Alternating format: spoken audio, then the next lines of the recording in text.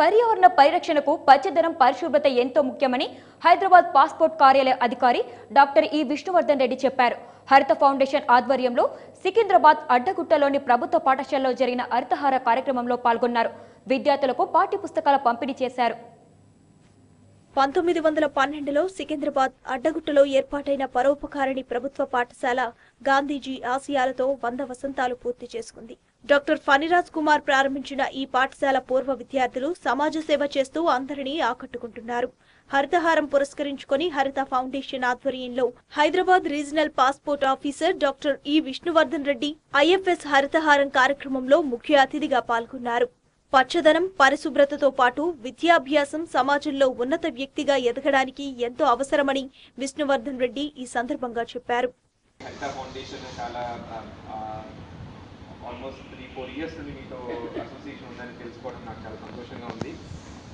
ఇటువంటి మంచి కార్యక్రమము అది కూడా మా కొలీగ్స్ చేస్తున్నారంటే ఇంకా ఎంతో నాకు చాలా సంతోషంగా ఉంది.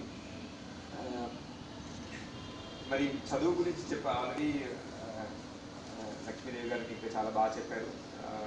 ఈ పుస్తకంలో ఉన్న మాటలు కూడా చాలా చక్కగా రాశారు. ఈరోజు మన తెలంగాణ రాష్ట్రంలో మన చీఫ్ మినిస్టర్ గారు హరితహారం అని ఒక పెద్ద ప్రోగ్రామ్ని ఫేజ్ 3 లాంచ్ చేస్తున్నారు. అందులో ఏం చేస్తున్నారో మీకు తెలుసా? అందరికీ ఏం చేస్తున్నారు? మొక్కలు నాటుతున్నారు. ఎందుకు మొక్కలు నాటుతున్నారు? పచ్చదనం ఎప్పుడవుతున్నది? పెద్దగా పెరుగుతాయి కదా, పెద్దగా పెరిగి పచ్చదనం మన రాష్ట్రం అంతగా పచ్చగా చేసేసి దానివల్ల మొక్కల వల్ల వచ్చే లాభాలన్నీ మీకు ఆల్రెడీ చెప్పారు. ఆ లాభాలన్నీ రావాలని, ముందు తరాలకు రావాలని ఈరోజు మనం కార్యక్రమం చేస్తున్నాం. అదేవిధంగా మీరందరూ పిల్లలు ఇప్పుడు పెద్దగా అయ్యి చదువుకోవాలంటే ఏం కావాలి? పుస్తకాలు కావాలి.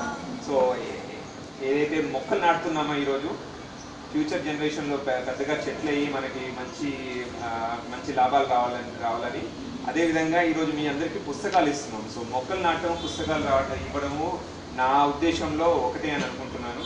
ఎందుకంటే మొక్కలు ఈరోజు మొక్కలు.